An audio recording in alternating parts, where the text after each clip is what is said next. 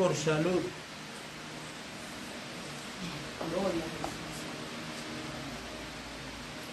Estoy viendo la ausencia aquí de algunos hermanos.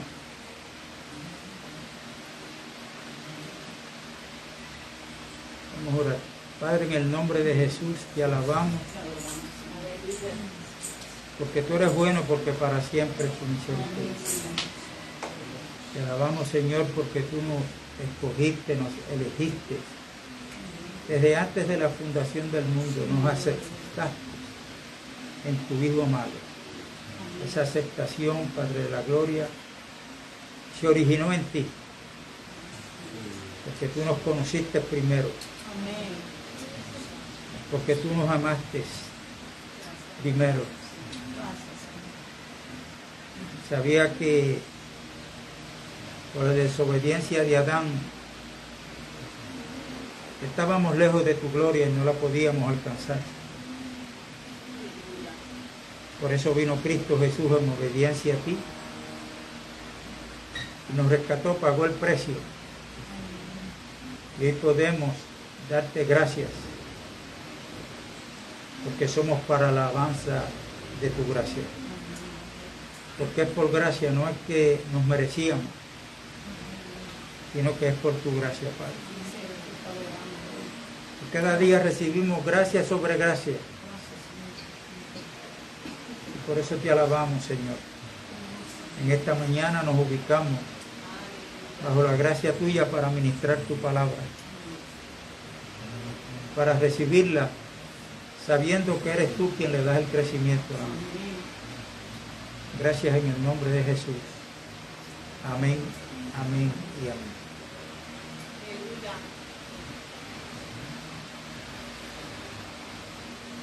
Lo que voy a ministrar hoy,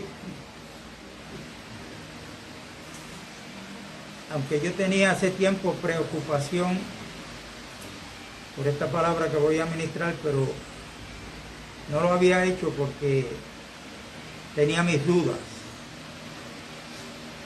Y cuando usted tiene duda o no entiende alguna palabra, el consejo es: espere, siga buscando, siga orando a Dios, y en su tiempo, pues, Dios va a clarificar todo, porque no hay nada oculto. Y es el tema que tiene que ver con la cruz. Y la pregunta es la cruz un símbolo cristiano? Ese es el título de esta palabra de hoy. No sé si la terminé hoy. Si no la termino, la continuamos el próximo domingo. Repito, ¿es la cruz un símbolo cristiano? Y el jueves, cuando yo estaba aquí en la reunión, la hermana Saidi estaba trayendo la palabra. Ella dio un testimonio de una hermana que es muy vista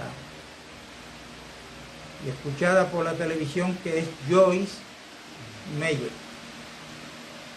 donde el testimonio de la hermana dice que ella, ante las cámaras, le enseñó a la congregación que estaba que se había tatuado una cruz en una pierna y otra cruz en la otra pierna.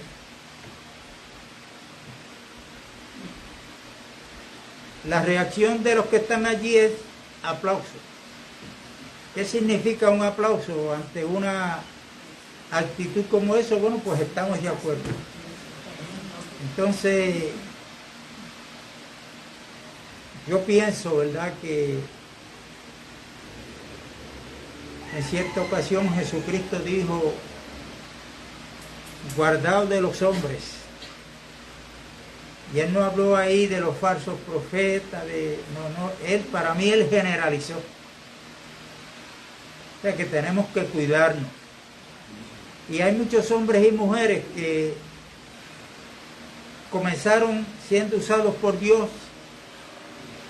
pero ahora quien los está usando a ellos es el público. Y el público, en vez de alabar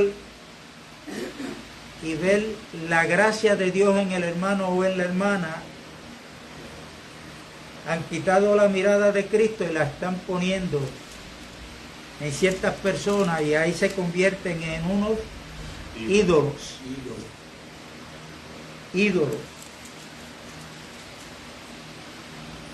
Y antes de escuchar el testimonio, pues, de la hermana Saidi,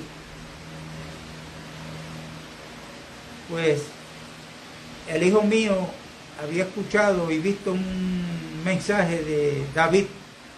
David es judío, un hombre muy reconocido a nivel internacional. David comenzó su ministerio evangelista con el hermano Gigi Ávila. Y me gusta a veces escucharlo porque sabe de historia. Pero en este último mensaje que el hijo mío lo vio, que me lo envió y me preguntó, el título de ese mensaje es del que él tiene grabado ya en YouTube: el poder y la gloria de la cruz. Y yo traigo esto y lo menciono porque nosotros tenemos que cuidarnos de todo esto, orarle a Dios y cuidado donde ponemos el amén.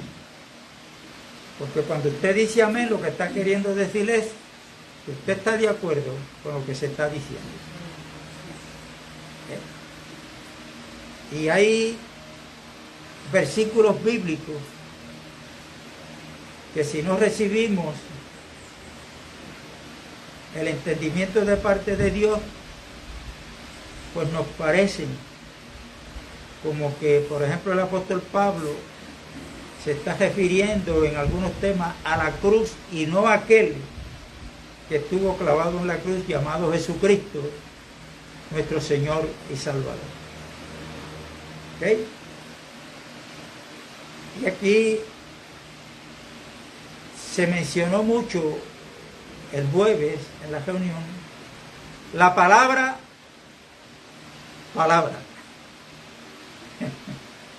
y la palabra. Entonces, cuando leemos, por ejemplo, a los apóstoles, las epístolas que escribieron, recuerden que ellos no tenían nada escrito excepto el Viejo Testamento.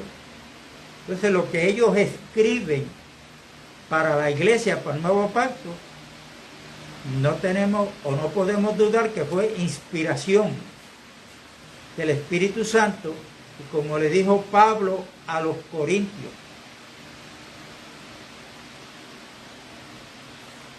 ustedes están buscando una prueba que Cristo habla en mí.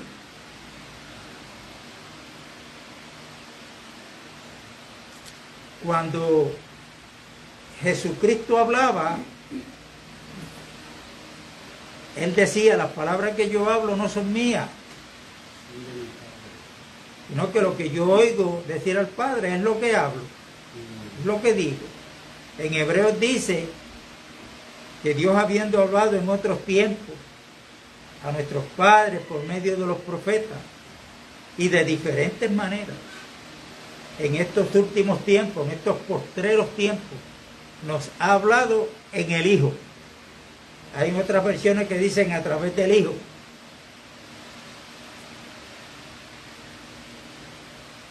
Y Pablo le dijo eso a los corintios. Es decir, que el que hablaba en sí era Cristo a través de Pablo. Pablo era el instrumento. Hoy nosotros tenemos la palabra escrita. Ahora, ¿qué es la palabra? Esto fue lo que me llamó la atención porque yo me puse a buscar. Dice: la palabra que da expresión al pensamiento formado en la mente.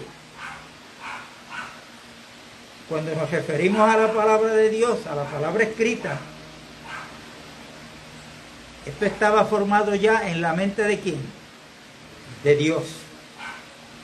Por eso es que muchas versiones dicen que la palabra es el soplo de Dios.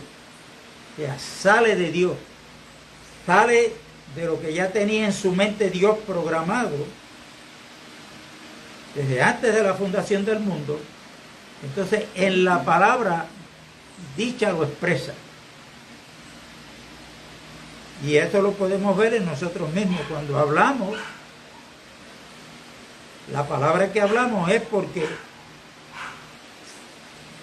es un pensamiento ya formado en nuestra mente que lo expresamos en la palabra que hablamos, sea bueno o sea malo. Amén. ¿Me explico o no? Amén. Dice la palabra del Evangelio predicada por el apóstol Pablo transmite a nuestro entendimiento el pensamiento de Dios. Así que la palabra es la expresión, la enunciación del pensamiento divino. El conocimiento, escuchen bien esto, que el jueves en la reunión se dijo parte de esto con otras palabras, pero sí se habló. El conocimiento es la asimilación o comprensión de lo que ha sido transmitido y expresado en la palabra. Por eso Jesucristo apelaba al oído. El que tenga oído para oír, oiga lo que Él va a expresar. Jesucristo expresaba lo que estaba en la mente de Dios. Pero entonces el que oye la palabra tiene que estar bien atento con su oído espiritual para oír y asimilar.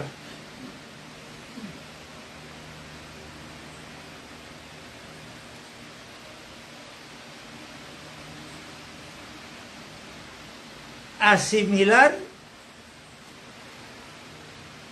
y tratar de comprender lo que está escuchando o entender lo que está escuchando.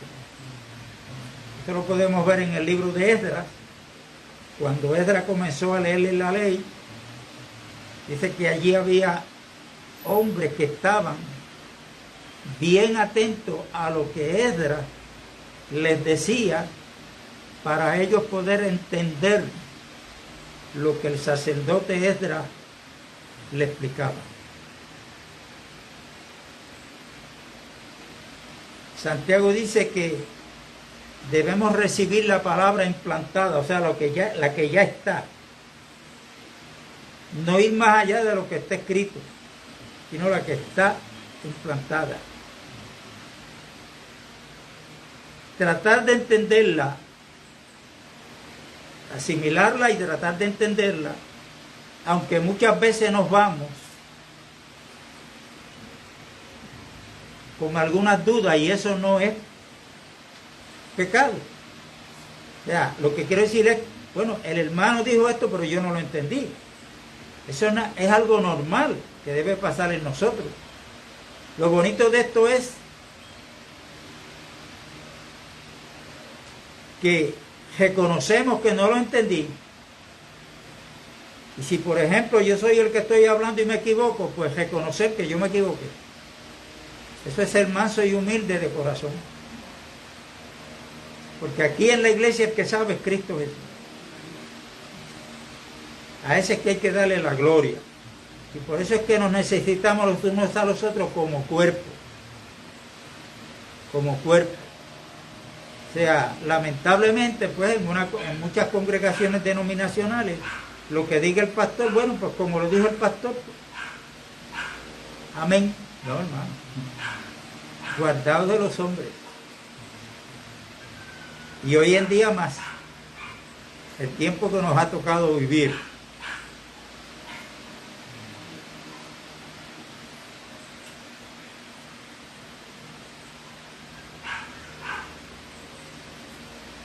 Los creyentes corintios fueron enriquecidos por la gracia de Dios con toda palabra y expresión del pensamiento divino acerca de Cristo y con toda asimilación y comprensión en el conocimiento de Cristo. Eso lo vamos a ver aquí ahora en 1 de Corintios. capítulo 1,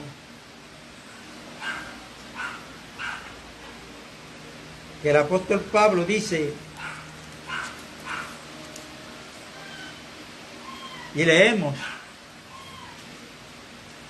Pablo, llamado a ser apóstol de Jesucristo por la voluntad de Dios, y el hermano Sóstenes, a la iglesia de Dios que está en Corinto, a los santificados en Cristo Jesús, llamados a ser santos, con todos los que en cualquier lugar invocan el nombre de nuestro Señor Jesucristo, Señor de ellos y nuestro. Fíjese, cuando usted lea el Nuevo Testamento, las epístolas, usted trate de buscar la palabra Salvador. No es que no la va a encontrar, pero va a encontrar la palabra Señor más de 300 veces. Y la palabra Salvador algunas 20 y pico.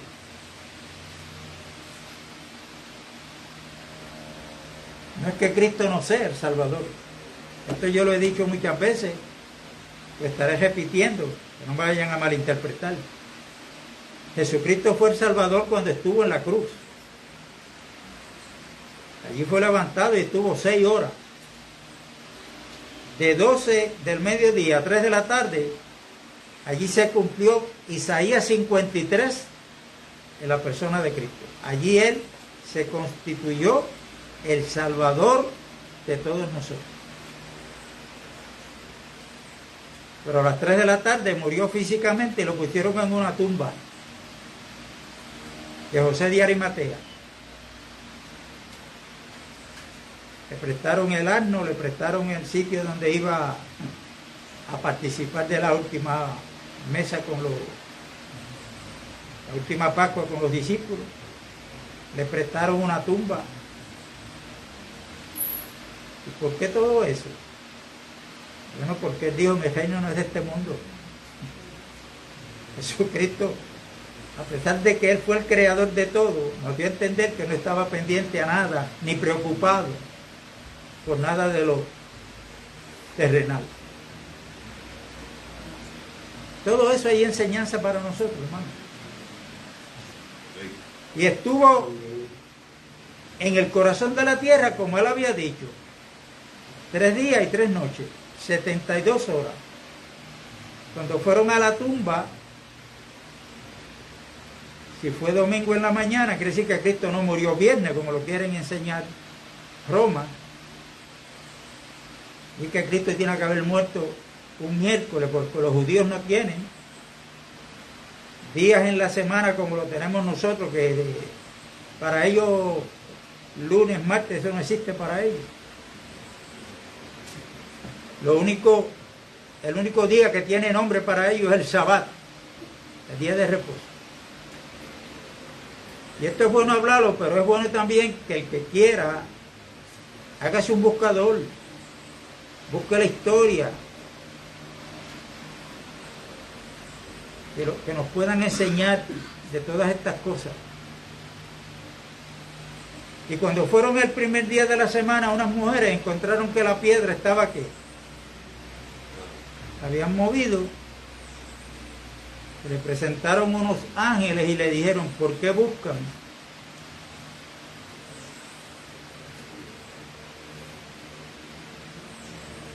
Al que vive, no está aquí, ha resucitado.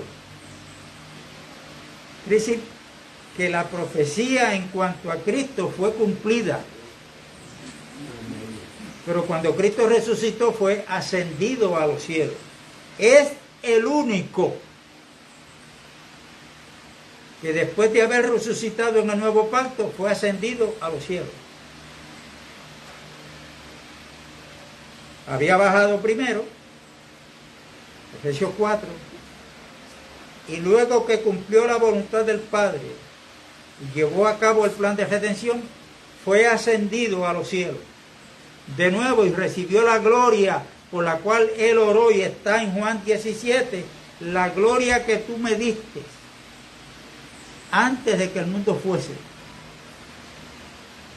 Cuando Él vino, Él se despojó de todo eso, pero ahora vuelve y la recibe Y no solamente la gloria que él tenía la recibe otra vez, sino que ahí recibe un nombre que es sobre todo nombre. En la cruz Salvador, pero ahora ha recibido un nombre que está por encima de Salvador. Y ese nombre es Rey de Reyes y Señor de Señores. Para que en el nombre de Jesucristo se doble toda rodilla de los que están en el cielo, en la tierra y debajo de la tierra, y toda lengua confiese que Jesucristo es el Señor, para la gloria de Dios. O sea, Señor, Él es el que manda, Él es el que puede, Él es mi dueño, Él es mi amo. Todo eso significa la palabra Kurios o Kyrios, como muchos le llaman en griego, y tiene varios significados. Y si es nuestro dueño es porque Él nos compró. Aquel que ha nacido de nuevo o aquella que ha nacido de nuevo tiene que entender que ya no se pertenece. Antes teníamos un dueño en las tinieblas que era Satanás.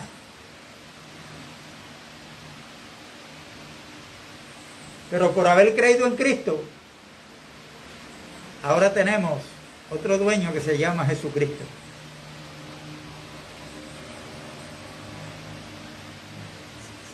Por eso es que el Evangelio hay que predicarlo completo. Vida, muerte y resurrección.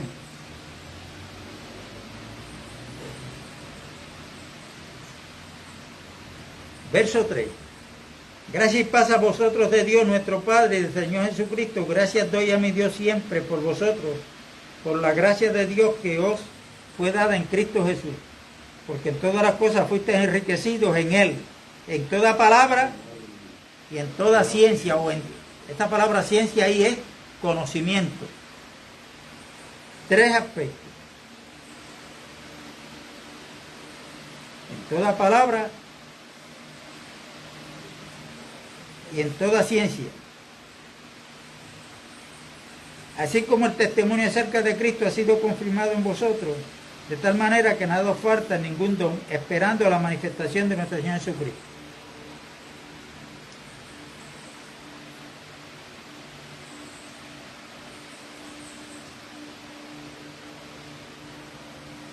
Escúcheme bien, vamos a leer el verso 18, porque esta es una de las escrituras que yo sé que puede haber confusión, como puede que la estemos entendiendo bien. Recuerden que si nosotros leemos un versículo bíblico fuera del contexto, estamos cometiendo un error. ¿Ok? Mira lo que dice Pablo aquí. Verso 18. Porque la palabra de la cruz es locura a los que se pierden, pero a los que se salvan, esto es a nosotros, es poder. Si usted lee ese versículo y lo deja ahí, pues va a creer lo que está creyendo David, en el poder de la cruz. ¿Ok? Pero vamos a seguir leyendo.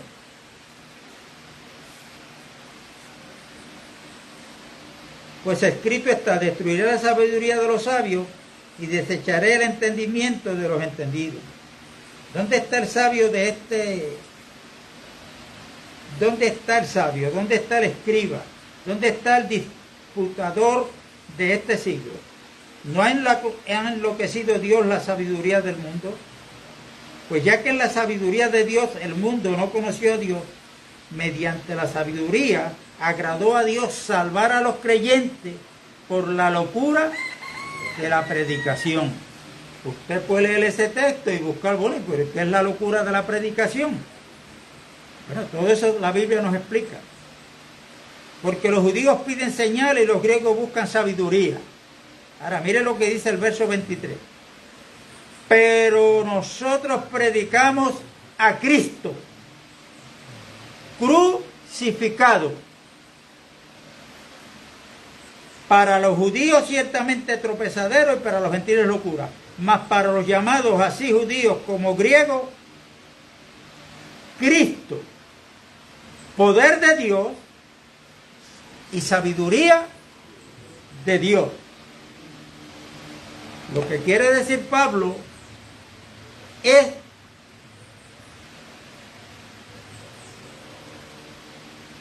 que la locura de la cruz para muchos es porque tanto los griegos como los judíos buscaban señales, los griegos buscaban sabiduría. Lo que ellos no entendieron es que Cristo es poder de Dios y sabiduría de Dios. Como un hombre que se dice ser hijo de Dios, que se dice ser el rey de los judíos, no se supone que si él es rey, viniera a acabar de una vez y por todas con el imperio romano, que era quien gobernaba a los judíos. Cristo no lo hizo. Para ellos es inconcebible de creer que un hombre débil que llevaron a la cruz, que era irreconocible, pongamos la fe en él porque él nos va a salvar o nos salvó. Y ellos no aceptaban, eso es cosa de loco. ¿Ah? Ellos conocían de las guerras como nosotros hoy, por ejemplo. Hay una guerra entre Rusia y Ucrania. ¿Quién fue el que inició la guerra? Fue el presidente de Rusia. La pregunta que yo hago es la siguiente. ¿El presidente de Rusia fue al frente en la batalla? No, él está guardado y mandó a su ejército a pelear.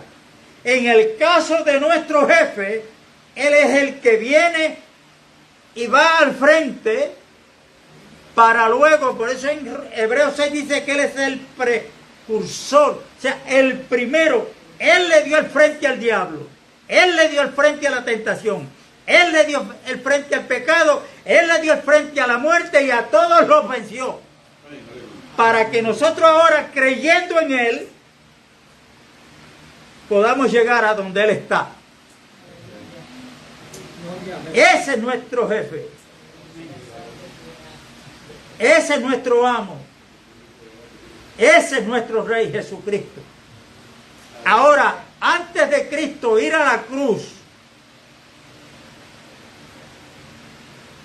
él tomó una cruz que no era la de madera.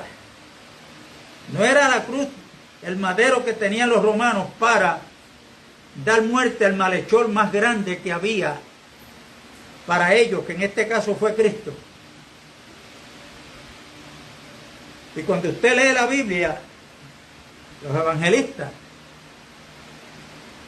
y antes va a 1 de Samuel capítulo 8, uno dice, wow, este pueblo mira lo que hizo, le pidió a Samuel que le pusiera un rey como lo tienen las demás naciones,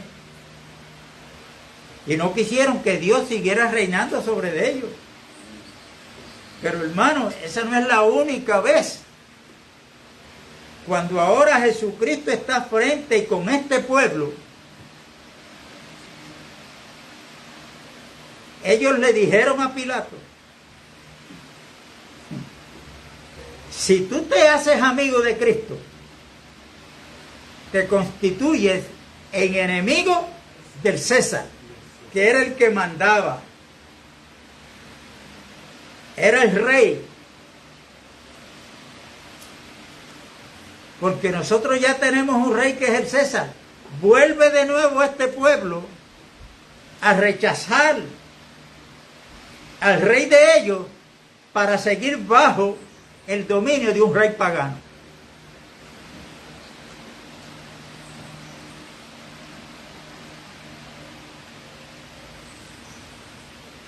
Pero lo que ellos no sabían ni saben todavía, muchos de ellos, es que la piedra que ustedes han rechazado ha llegado a ser la cabeza del ángulo.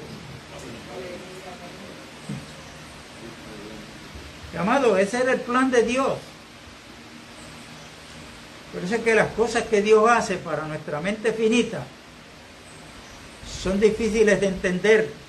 Por eso es que el Señor lo que nos pide es que le creamos. Nada más.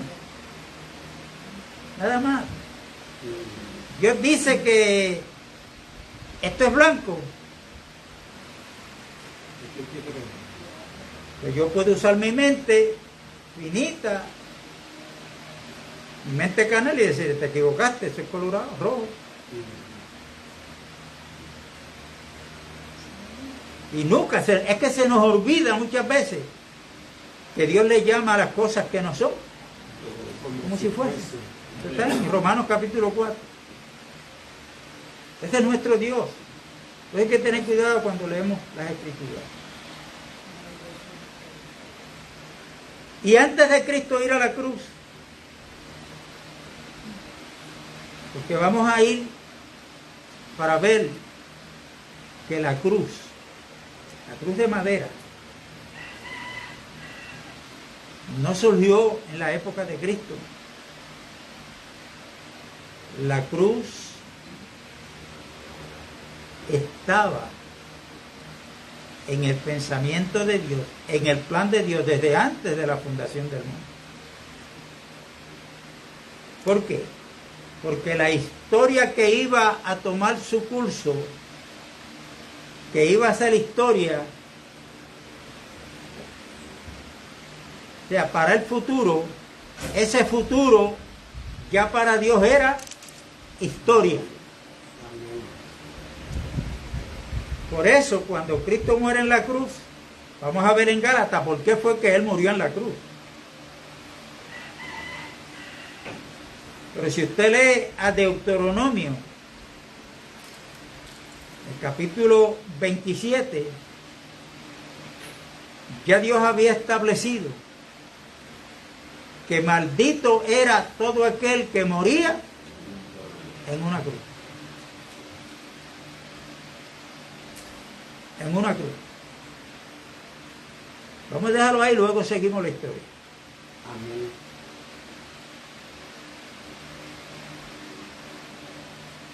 Porque, repito, antes de Cristo ir a la cruz, donde allí murió por nosotros, por nuestros pecados, cuando Él nace y va creciendo, Él fue manifestando una cruz que Él sabía que tenía que llevar. No era la de madera. Antes de llegar a la cruz de madera donde fue crucificado,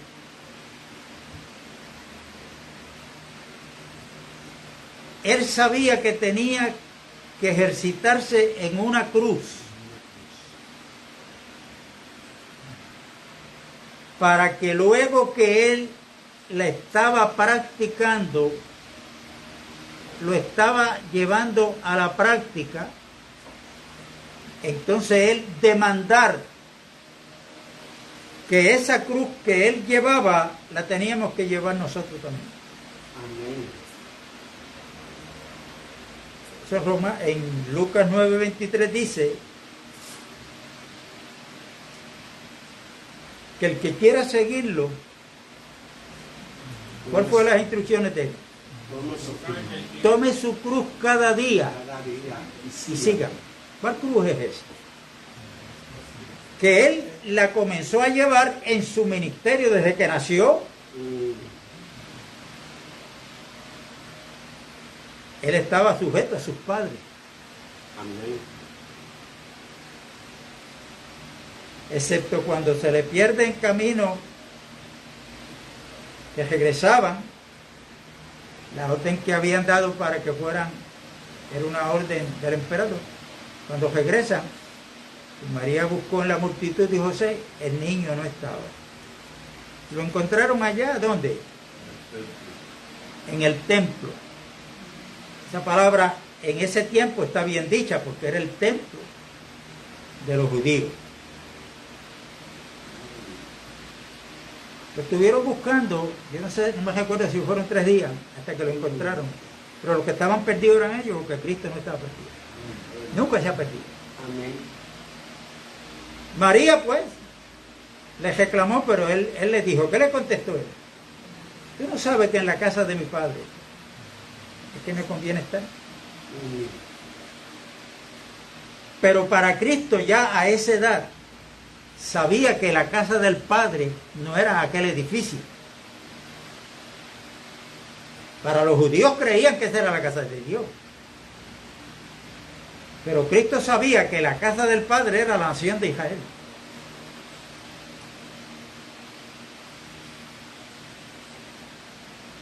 Por eso él, cuando manda a los discípulos a predicar de 2 en 2, le dijo que no fueran a casa de gentiles. Más bien vayan a las ovejas perdidas. ¿Qué más?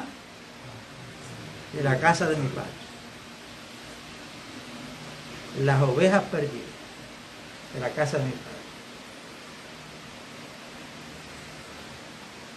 Y esa cruz que Cristo lleva desde que Él va creciendo y luego comienza su ministerio terrenal, para poder llegar a la cruz de Roma, donde murió allí por nosotros, Él tuvo que tomar esta cruz primero. ¿Y cuál fue esa cruz? La negación de Él mismo. Filipenses capítulo 2 nos habla bastante claro.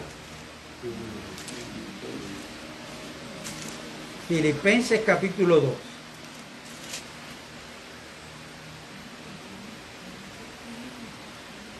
Verso 5. Haya pues en vosotros este sentir que hubo también en Cristo Jesús, Amén. el cual siendo en forma de Dios, no estimó el ser igual a Dios como cosa a qué aferrarse. ¿Se acuerdan cuando Cristo fue llevado por el Espíritu al desierto para que fuera tentado por el diablo? Él fue allí como el Hijo del hombre. Por eso es que el diablo lo quiere sacar de que se identifique como el Hijo de Dios y se identifique y actúe como el Hijo de Dios. Por eso Satanás le dice, si tú eres Hijo de Dios, es que esas piedras se convierten en pan. Si eres Hijo de Dios, tienes que tener poder. Fíjense por dónde se tiró Satanás. Por eso que dice que a esa condición Él no se aferró. Él siempre actuó como el Hijo del hombre.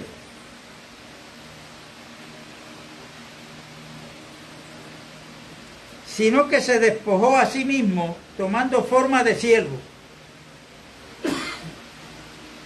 hecho semejante a los hombres, y estando en la condición de hombre, se humilló a sí mismo.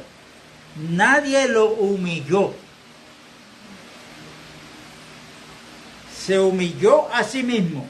Amén. Como Él dijo antes de morir, a mí nadie me quita la vida. Amén. Por eso me ama el Padre, porque yo de mí mismo la pongo. Amén. Tengo poder para ponerla, Y quitarlo. pero también tengo poder para volverla a tomar. A Cristo nadie lo humilló, sino que Él se humilló a sí mismo. ¿De qué forma? Bueno, se hizo hombre, se hizo siervo. Mire qué humillación. Por eso es que Él le lava los pies a los discípulos. En el capítulo 13 de Juan vemos este suceso. Porque el lavado de pies, quien estaba llamado a hacerlo, era un esclavo. Amén. Que tenían en la casa muchos, y cuando llegaba alguien de la calle, venía con los pies sucios, Y el trabajo de ese esclavo, lo primero que tenía que hacer era sentar a la visita y lavarle los pies. El trabajo de un esclavo. Jesucristo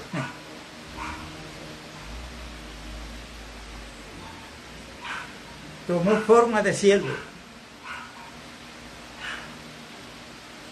y lo dijo: yo no he venido a que me sirvan, no he venido a eso,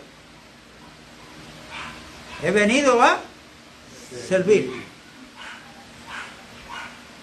y dar mi vida en rescate por muchos.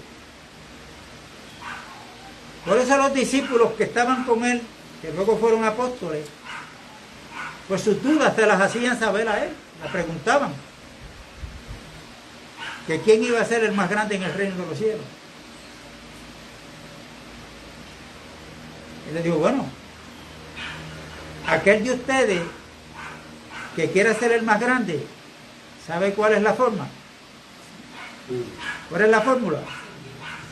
Hágase el servidor de todos. Hágase el servidor de todos, porque ejemplo, o sea, lo que Jesucristo enseñaba no solamente era en palabras, Amén. sino en la práctica. Él lo enseñaba también. Amén. Por eso él se atrevió a decir: si ustedes no creen a lo que yo les digo, bueno, pues crean por las obras, porque las obras daban testimonio de quién era él. Amén. Vino a servir, y esta palabra tiene que calar hondo en cada uno de nosotros.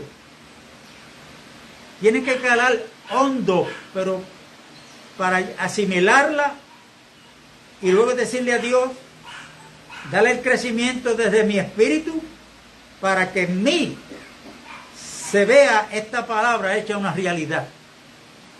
Solamente a nosotros que estamos aquí hoy. ¿Cuántos pastores tienen que agarrar esta palabra y ponerla en práctica? Todo.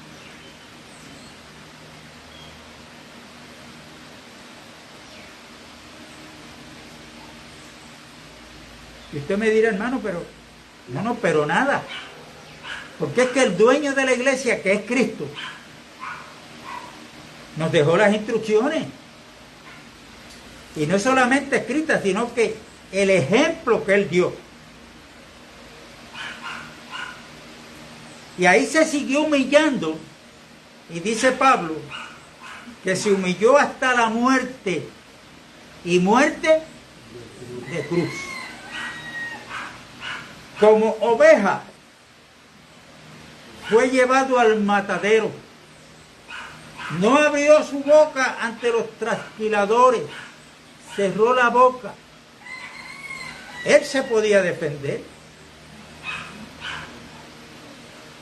Él tenía autoridad para hacer muchas cosas y no dejar que le hicieran lo que le hicieron. Pero él sabía que venía con una comisión del Padre y él tenía que darle cumplimiento.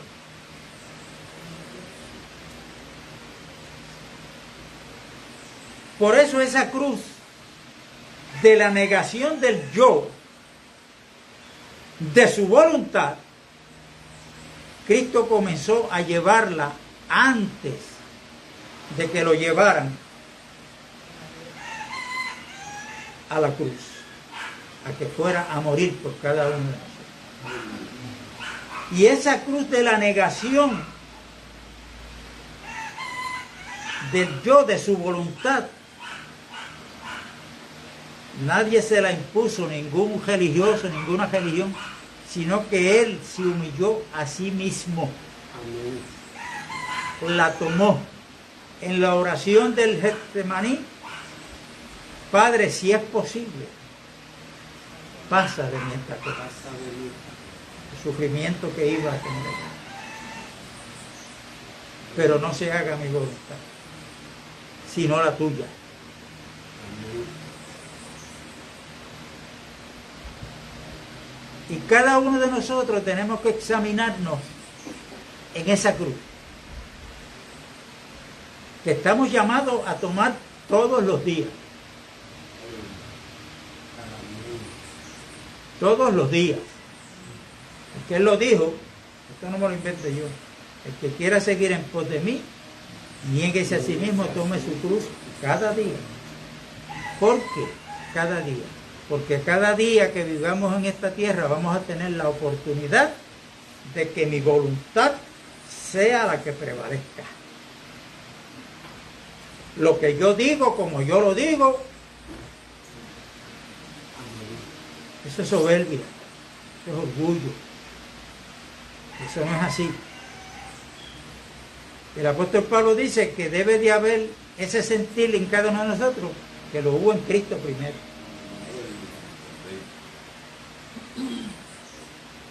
Entonces, Pablo en los Gálatas, que es otra escritura que se le puede malinterpretada, pues se le puede estar dando la gloria a la cruz y no al que estaba en la cruz.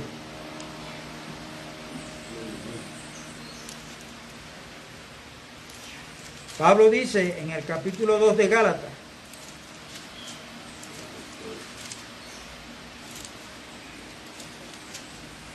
verso 20,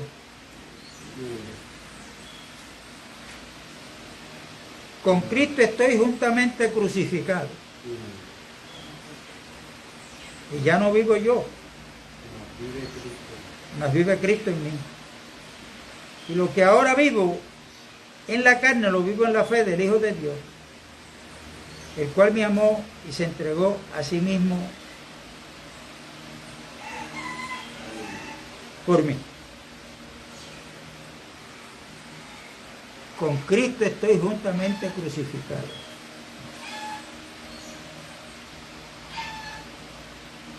¿Pero en cuál de las dos cruces? ¿En la negación o en la de madera? Si usted lee con cuidado Romanos capítulo 6 y Romanos capítulo 7, usted va a ver que cuando Cristo murió en la cruz,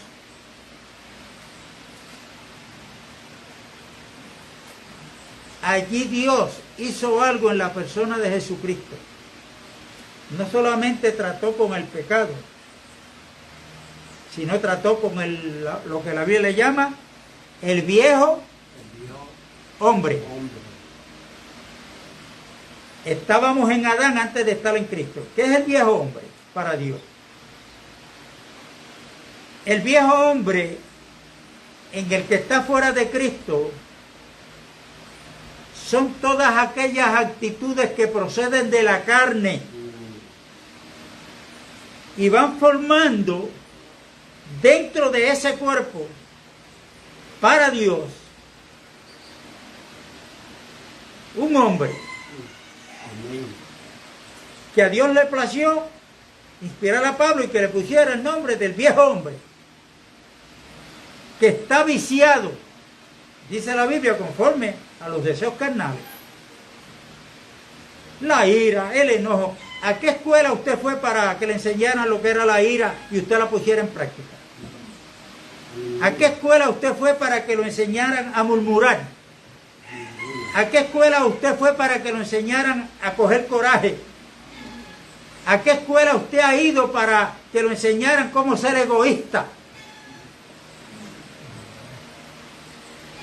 Hermano, desde que Adán pecó, todo eso viene en nuestro ser humano. Lo que pasa es que a medida que vamos creciendo físicamente, esas actitudes se siguen desarrollando, hasta que llegamos a creer lo que el diablo le dijo a Eva en el huerto. No, lo que pasa es que si ustedes comen de este árbol van a ser igual a Dios. Por eso es que hay seres humanos en este mundo de carne y hueso igual que nosotros, que no van a venir al arrepentimiento para ser salvos en Cristo Jesús. Amén. Porque es que ellos se creen, sin decirlo con la boca, que son dioses. No, no, en mi vida mando yo. Esto me lo gané yo, mire, con el sudor de mi frente.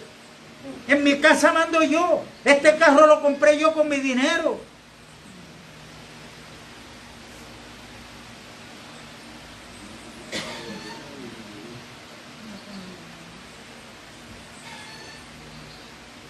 Pero una de las bienaventuranzas que dijo Cristo en Mateo 5, bienaventurados los pobres de espíritu, porque de los tales es el reino de los cielos. ¿Qué es un pobre de espíritu? Un pobre de espíritu es un hombre o una mujer que reconocen que espiritualmente están en bancarrota, que van camino derechito a un lago que arde con azufre y fuego, pero que no quieren llegar a ese lugar. Los reconocieron, pero también ahora tienen que reconocer a aquel que murió en la cruz por ellos. Tienen que humillarse delante de aquel que fue a la cruz a morir por ellos. Y que no es porque tú te lo merezcas, esto es por la gracia de Dios que fue manifestada en la persona de Cristo Jesús. Amén.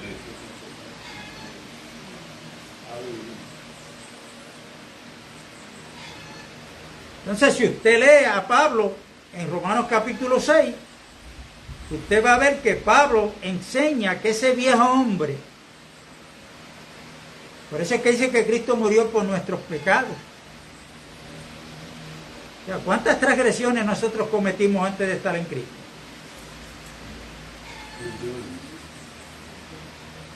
¿Por qué? Porque el pecado como naturaleza estaba en nosotros. Pero entonces las transgresiones son las manifestaciones de ese veneno que el diablo inyectó en el ser humano, que trató de inyectarlo en Cristo, pero no pudo.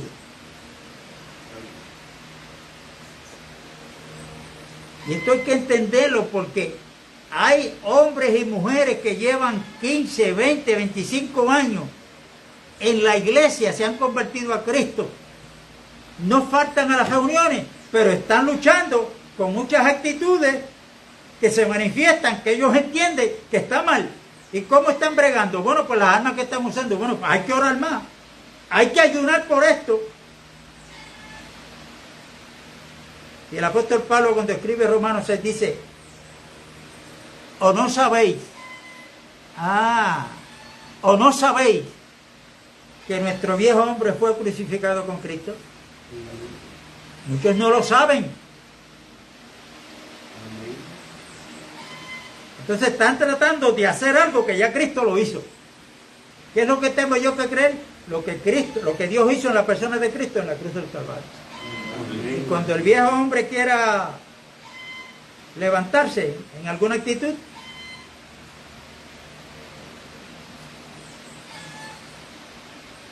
¿qué le debemos decir? Es que tú estás muerto.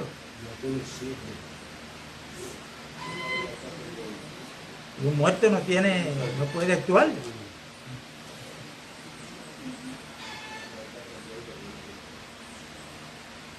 Y lo que Pablo dice, nosotros creímos, por lo cual hablamos. Si usted cree eso, háblelo.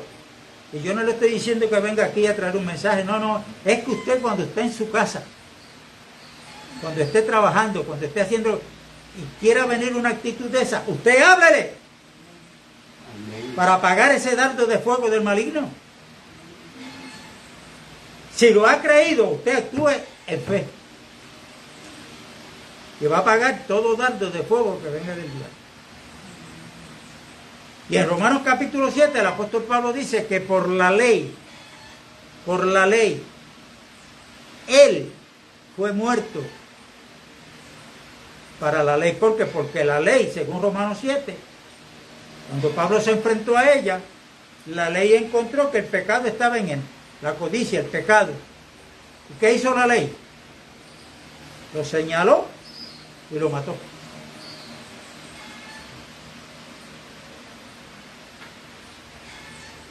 Ahora hay un debate ahí también en YouTube de teólogos que si la ley fue abrogada, que si Cristo lo que vino a abrogar fue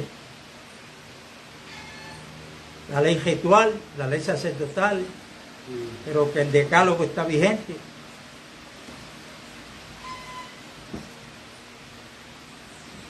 Yo no sé si yo se lo he dicho, pero yo soy de los que creo que la ley de Dios, los 10 mandamientos están vigentes. Amén. Ahora, lean con cuidado a Romanos capítulo 7. Porque cuando Pablo va a hablar de esa ley, con aquellos que conocen la ley, el ejemplo que él le trae es la ley del matrimonio. Él le dice, ustedes no saben que cuando la mujer casada está sujeta a la ley del marido. Y mientras el marido vive, ella no puede unirse a otro hombre. Porque si lo hace, ¿qué? Ahí cometió adulterio. Pero si el marido muere, ella queda libre de la ley del marido, y si ahora se casa con otro hombre, pues no comete adulterio. ¿Por qué Pablo trae esta analogía? Para hablar de la ley, que era el marido, y la esposa eran los judíos.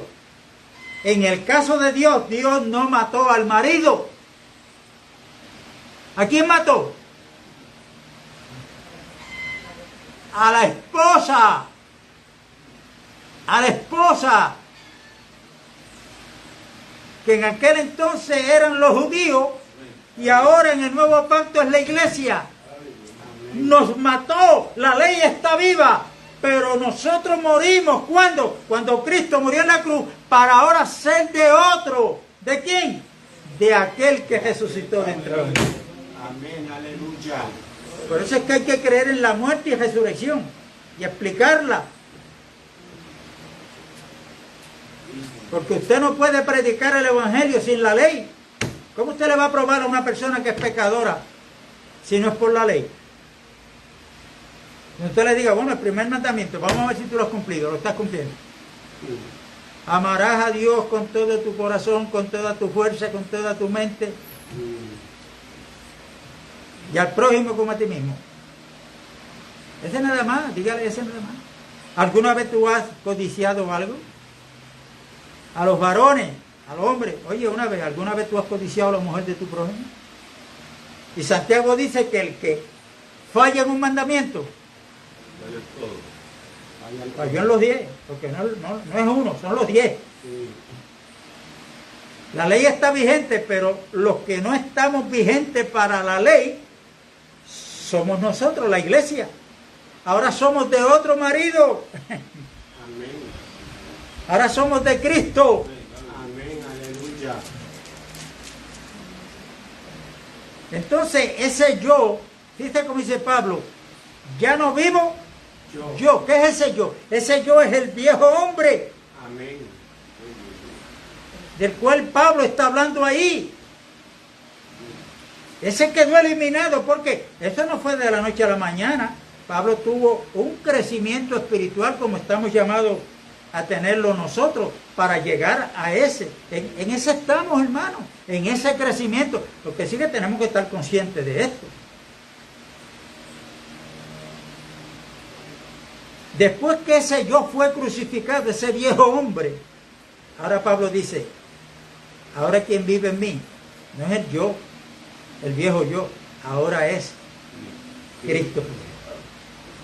Y la vida que ahora vivo en la carne, en este cuerpo de carne, porque dentro de este cuerpo es que está el verdadero hombre espiritual, la vivo en la fe del Hijo de Dios, el cual se dio y murió por mí en la cruz. Amén. Por eso este juego de palabras hay que tener mucho cuidado.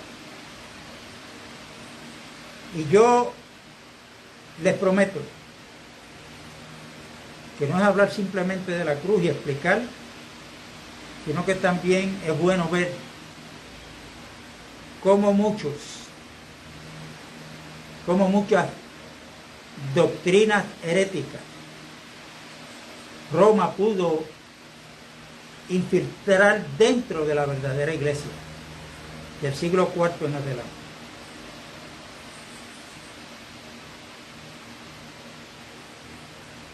Le doy 5 minutitos más.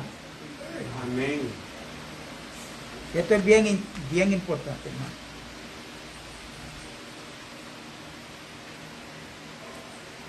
Yo les recomiendo, los que quieran buscar, que traten de conseguir, si es que lo consiguen, el libro titulado Babilonia, Misterios Religiosos. Hace como 12 años, cuando ese libro llegó a Puerto Rico, para usted conseguir uno en las librerías cristianas, tenía que madrugar e ir allí para cuando abrieran la librería, porque esos libros se vendieron. Babilonia, Misterios Religiosos. Ahí está, yo conseguí 6 de ellos en Manatí. Para aquel entonces van como 12 años de esto. Y yo repartí 5 y me quedé con 1. Pero ese libro es el que más claro expone dónde y cómo comenzó lo de la cruz en el ámbito terrenal. Y ahí está envuelto Nimrod, su esposa Samiramis, y el hijo que ella tuvo, que según ella fue por obra del dios Sol, porque ella no se unió con ningún hombre, y por eso a Tamuz, que era el nombre que le pusieron, le llamaban el Salvador. Y el nombre Tamuz, ¿con qué letra empieza? ¿En forma de qué es la T? De la cruz. Le voy a mencionar luego las fechas,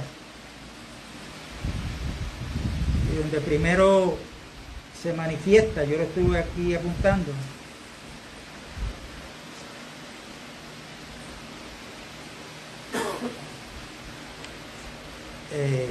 Cuando la cruz comenzó a tener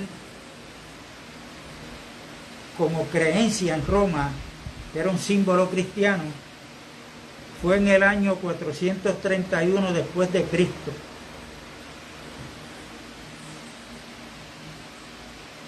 Después de Cristo. La historia dice que el emperador romano llamado Constantino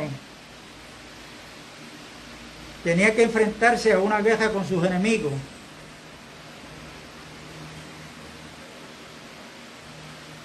Y por la tarde, el día antes, dice la historia que él le oró a su Dios, que era el Dios solar, o sea, le oró al sol. Después de la oración, él miró y vio que en el sol se le apareció una cruz. Una cruz. Y se le apareció unas letras que decían in hoc signo vi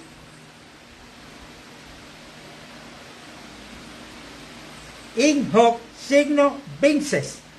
Eso es en griego. ¿Qué significa? Con este signo vencerás.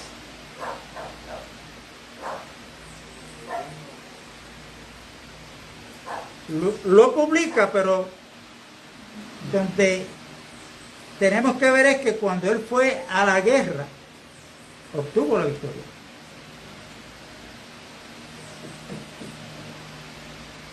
Y ahí es donde comienza que Roma cristianiza la cruz. Pero la cruz no es un símbolo cristiano.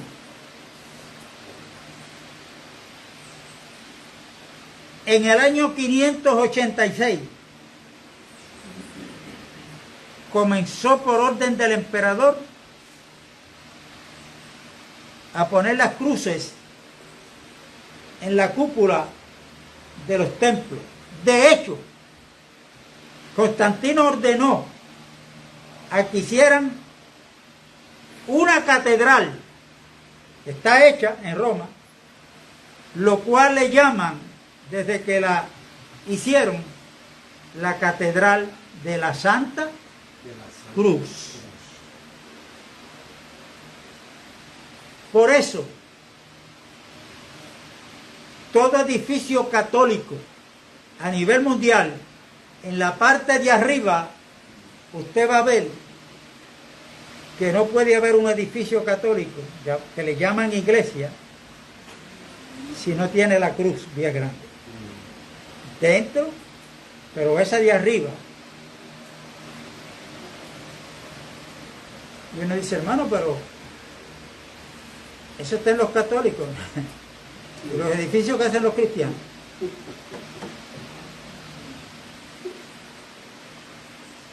Los púlpitos aquí, atrás, y cuando hacen un edificio, ¿por qué? Porque esos son doctrinas heréticas que Satanás logró meter dentro de la iglesia, de la verdadera iglesia de Cristo.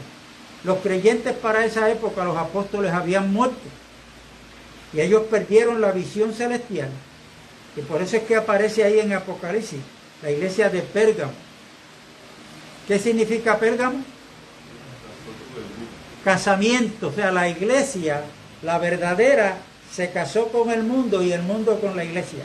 Y la verdadera iglesia comenzó a recibir doctrinas que no son, enseñanzas que no son de parte de Cristo ni de los apóstoles. Las recibieron y las están poniendo en práctica. Y ahí tenemos una de ellas. En el siglo XI, la imagen del crucifijo, y fue aceptado el culto al crucifijo por la institución de Roma. Luego fue el crucifijo. En el segundo siglo de Éfeso fue que se ordenó la posesión de crucifijo en los hogares. En los hogares. Eso usted va a la casa de un católico, usted ve el crucifijo con una imagen del Señor. Otros aquí en la cadena, en una cadena.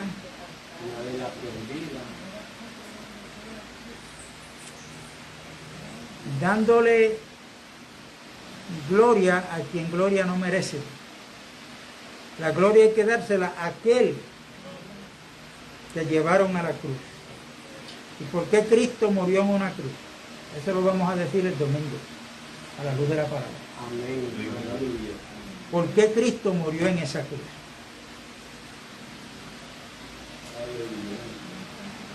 No fue porque si vamos a cristianizar la cruz porque Cristo murió en ella, pues habría que cristianizar la tumba donde fue enterrado. Cristianizar el fuerte romano que le golpearon con su cuerpo.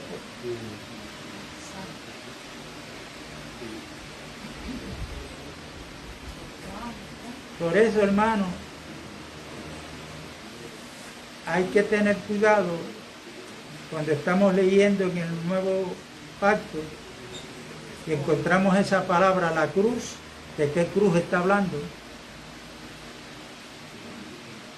Y que entendamos que nosotros como Cristo, como cuando empezó antes de la cruz de madera, tenemos que llevar una cruz todos los días, y es la negación del yo, de mi voluntad, de que no es como yo digo, es como tú dices, Señor. Y ahí tenemos todos que estar unidos en un mismo sentido. Pero como dice Pablo a los filipenses, que hay muchos que son enemigos de la cruz de Cristo. ¿De cuál cruz? ¿De la de madera? Lo de el negarme yo a mí mismo. El negarme yo a mí. Recuerden, como último detalle, cuando usted lee las cartas de Pablo, de Pedro, aún en el ministerio de Jesucristo, recuerden, no pueden olvidar que está hablando con gente del viejo pacto. Porque en el viejo pacto había una religión que se llamaba el judaísmo. Y que lo que defendían estos judaizantes era que averiguaban primero si tú estabas circuncidado.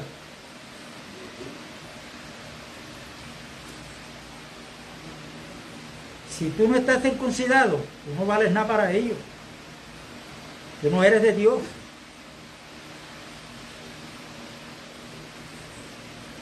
Cuando Pablo comienza a predicar el Evangelio, él tiene que enfrentarse a esas creencias, hermano. Por eso hay que tener mucho cuidado cuando leemos ese momento histórico, tanto de Cristo como de los apóstoles.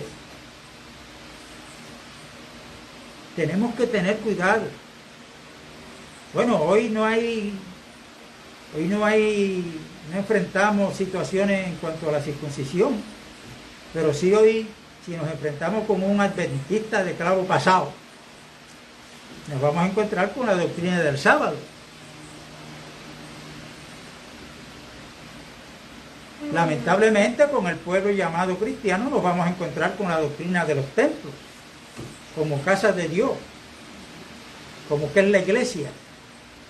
Y cada día aparece, hermano, porque Dios me dijo que le levantara.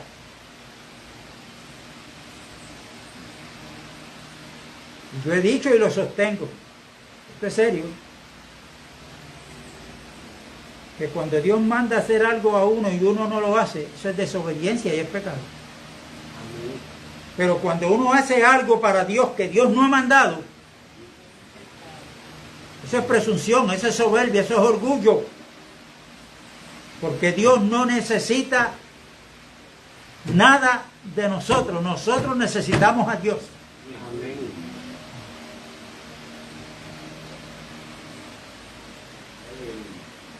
La paz de Dios es con todos, hermano. Nos vemos el domingo.